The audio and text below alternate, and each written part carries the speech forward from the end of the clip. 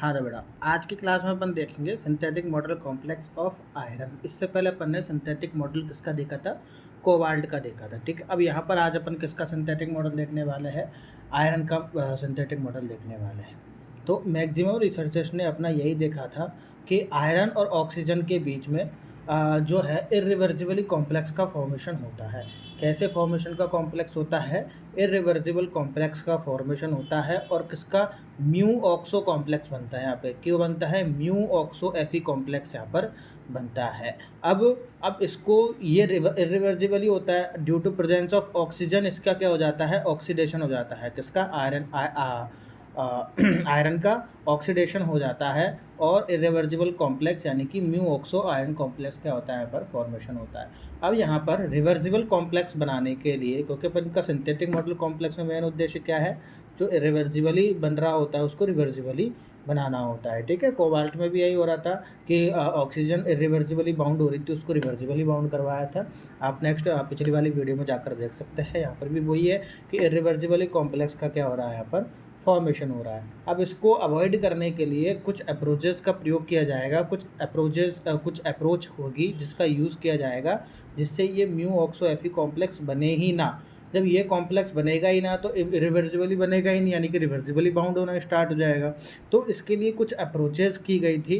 1917 में रिसर्चर्स ने डिज़ाइन की गई थी कुछ न्यू सिंथेटिक अप्रोचेस। ठीक है, इससे पहले अपन इसकी केमिकल इक्वेशन फॉर्म में अगर अपन लिखना चाहे इसको तो FeLn हाफ O2 अपन इसको लिख सकते हैं। FeLn हाफ O2, यहाँ पर Ln-1 FeLn-1L। ठीक है, तो इस तरीके से इसकी इक्वेशन लिखी जाती है। इस इक्वेशन को अपन अवॉइड भी कर सकते हैं। ठीक है, तो कौन सी अप्रोचेस थी जिनकी वजह से यहाँ पर सिंथेटिक मॉडल अपन को रिवर्सिबली बाइंड करवाना था, रिवर्सिबली सिंथेटिक मॉडल कॉम्प्लेक्स अपन को बनाना था, क्योंकि यहाँ पर इरिवर्सिबली बन रहा है। सबसे पहली बात तो ये है कि यहाँ पर आप स्टेरिक हिंड्रेंस लगा देख सकते हो, यानी कि FeO यानी कि FeO Fe, ये जो आपका कॉम्प्लेक्स है, जो डाइमर फॉर्म है, ये FeO Fe डाइमर फॉर्म है ना, तो ये जो है इसके ऊपर आप बल्कि लिगेंड्स लगा दो, बल्कि ग्रुप्स लगा दो। बल्कि ग्रुप्स अटैच होने की वजह से आपको पता है बल्कि ग्रुप्स को जब किसी भी एटम से अटैच कर देते तो उसके स्टेरिक हिंड्रेंस बढ़ जाता है। तो वही काम यहाँ पर, और सबसे बेस्ट अप्रोच भी यही है। लेकिन इससे एक्स्ट्रा और कुछ अप्रोच देख लेते हैं कि टेम्परेचर को क्या कर दिया जाए? लो कर दिया जाए, यानी कि रिएक्शन के टेम्परेचर को जब अपन डाउन कर देंगे तो टेम्परेचर को डाउन करने से रेट ऑफ रिएक्शन क्या हो जाएगी? स्लो हो जाएगी। और रेट ऑफ रिएक्शन स्लो हो जाएगी तो यहाँ पर डाइमराइजेशन नहीं होगा। डाइमराइजेशन नहीं होगा तो FeO Fe कॉम्प्लेक्स बनेगा कि नहीं बनेगा? नहीं बनेगा, क्योंकि डाइमराइजेशन ही नहीं होगा, यानी कि म्यू ऑक्सो कॉम्प्लेक्स भी नहीं बनेगा। तो यहाँ पर इरिवर्सिबल कॉम्प्लेक्स का फॉर्मेशन नहीं होगा। तो एक तरीका तो क्या है? Steric hindrance. दूसरा क्या है आपका? Low temperature. ठीक है, तीसरा तरीका क्या होना चाहिए आपका? सरफेस अटैचमेंट होना चाहिए, यानी कि Fe कॉम्प्लेक्स को एक हार्ड सरफेस से क्या कर देंगे? अटैच कर देंगे। जब Fe कॉम्प्लेक्स को जब किसी भी मेटल कॉम्प्लेक्स को हार्ड सरफेस से अटैच किया जाता है तो उसका डाइमराइजेशन नहीं हो पाता है, प्रिवेंट डाइमराइजेशन है। ठीक है, और सबसे ज़्यादा सक्सेसफुल जो अप्रोच हुई थी वो स्टेरिक हिंड्रेंस वाली हुई थी कि FeO कॉम्प्लेक्स जो है, यानी कि डाइमर कॉम्प्लेक्स जो है, उससे आप बल्कि ग्रुप्स को क्या कर दो? अटैच कर दो। फर्स्ट वाली जो अपन ने देखी थी वो होती है। ठीक है, porphyrin ring which is present in haemoglobin, steric hindrance के थ्रू इस रिंग को मॉडिफाई किया जा सकता है। ठीक है, क्योंकि देखो हीमोग्लोबिन के अंदर पोरफायरिंग होती है। अब इसको मॉडिफाई अपन पोरफायरिंग को कर सकते हैं स्टेरिक हिंड्रेंस की वजह से। अपन ने बोला कि सबसे मोस्ट सक्सेसफुल अप्रोच क्या है? Steric hindrance. तो स्टेरिक हिंड्रेंस किस किस तरीके से लगाया जा सकता है? जैसे कि लाइक पोरफायरिन किस में प्रेजेंट होती है? हीमोग्लोबिन में होती है। हीमोग्लोबिन में जो पोरफायरिन रिंग है, अगर इसमें अपन स्टेरिक हिंड्रेंस का यूज़ करें तो स्टेरिक हिंड्रेंस को लगा करके इसको क्या किया जा सकता है? मॉडिफाई किया जा सकता है। कैसे किया जा सकता है? पोरफायर रिंग में टेल बेस बनाना।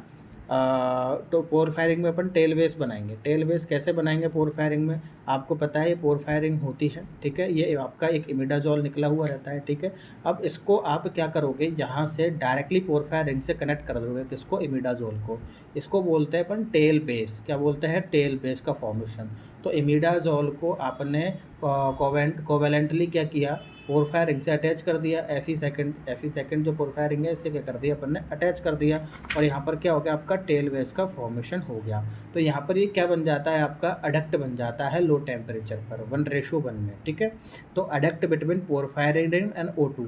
यहाँ पर पोरफायरिन रिंग और ऑक्सीजन के बीच में क्या बन जाता है, यहाँ पर अडक्ट बन जाता है, जिसकी वजह से क्या हो जाता है, डायमराइजेशन प्रिवेंट हो जाता है। अब यहीं पर दूसरी तरफ अगर मैं देखूँ तो पोरफायर रिंग को क्या कर दिया, अटैच कर दिया आपस में। पहली प्रोसेस तो जो कि रहेगी कि टेल बेस बना दिया, इसके अदर अपन क्या कर सकते हैं, पोरफायर रिंग को क्या ही कर दिया अपन ने, दोनों को अटैच कर दिया। जब ऐसे अटैच कर देते हैं तो पोरफायर रिंग की मूवमेंट क्या हो जाती है, स्टॉप हो जाती है। पोरफायर रिंग की मूवमेंट क्या हो जाती है, यहाँ पर बंद हो जाती है, ठीक है। और दूसरा इससे अदर तरीका क्या हो सकता है, और अदर तरीका क्या हो सकता है, अदर तरीका हो सकता है अपन पिकेट फेंस स्ट्रक्चर बना दो। पिकेट फेंस स्ट्रक्चर कैसे बनाएंगे, देखो कॉलमॉन ने फर्दर पोरफायरिंग पर वर्क करके इसको पिकेट फेंस स्ट्रक्चर बना दिया। कैसे बनाया, इनने क्या किया कि अपर साइड में बल्कि लिगेंड्स को अटैच कर दिया। ये देखो अपर साइड में, यानी कि पोरफायरिंग के अपर साइड में बल्कि लिगेंड्स को अटैच कर दिया। ऑक्सीजन बल्कि है, बल्कि ग्रुप होता है, तो बल्कि लिगेंड को क्या कर दिया, अटैच कर दिया। क्यों कर दिया, ताकि नीचे की तरफ से क्या हो सके, आसानी से ऑक्सीजन क्या हो सके, बाइंड हो सके और इसका डायमराइजेशन ना हो। तो इस वजह से ये भी अपन की पिकेट फॉर्म स्ट्रक्चर भी क्या होती है, इसका भी फॉर्मेशन किया जाता है। तो कुल मिला के अपन की बात क्या हुई, तो कुल मिलाकर अपनी बात क्या हुई बेटा यहाँ पर, कि अपन ऐसे ऐसे तरीक़ों का यूज़ करेंगे, ऐसे ऐसे तरीक़ों का क्या करेंगे, यूज़ करेंगे, जिससे कि mu oxo F E O F E complex यानी कि जो डायमराइजेशन में हो रहा है वो ना हो पाए। अब सिंपल सी बात है, डायमराइजेशन नहीं होगा तो इरिवर्सिबल कॉम्प्लेक्स नहीं बनेगा, सीधा कौन सा बनेगा, रिवर्सिबल बनेगा, जो कि सिंथेटिक मॉडल कॉम्प्लेक्स का मेन पर्पज़ रहता है। ठीक है, तो ये थी आपकी यहाँ पर आयरन मेटल का जो आयरन का सिंथेटिक मॉडल कॉम्प्लेक्स है। ठीक है, तो बहुत बहुत धन्यवाद आपका। वीडियो में यहाँ तक आए हो तो वीडियो को लाइक ज़रूर करना, चैनल को सब्सक्राइब करना, वीडियो को शेयर कर देना, सबकी समस्या दूर हो। बहुत कम वीडियोज़ मिलती है इन टॉपिक्स पर, ठीक है, जो मैं आपके लिए लेके आता हूँ। एक बार हमारा चैनल ज़रूर विजिट करें, पूरा प्लेलिस्ट को विजिट करें, आपको सारी वीडियोज़ जो है आपकी रिक्वायरमेंट्स है सारी वहाँ पर फुलफ़िल हो रही है। ठीक है, सारी चीज़ों को वहाँ पर अपलोड कर दिया गया है और धीरे धीरे नई नई वीडियोज़ आती जा रही है। ठीक है, तो चैनल को सब्सक्राइब करके ज़रूर रख ले और बेल आइकन को ज़रूर दबा ले, ताकि आपको तुरंत से नोटिफिकेशन मिल जाए। ठीक है, तो बहुत बहुत धन्यवाद आपका, मिलते हैं अगले नेक्स्ट लेक्चर में। Thank you.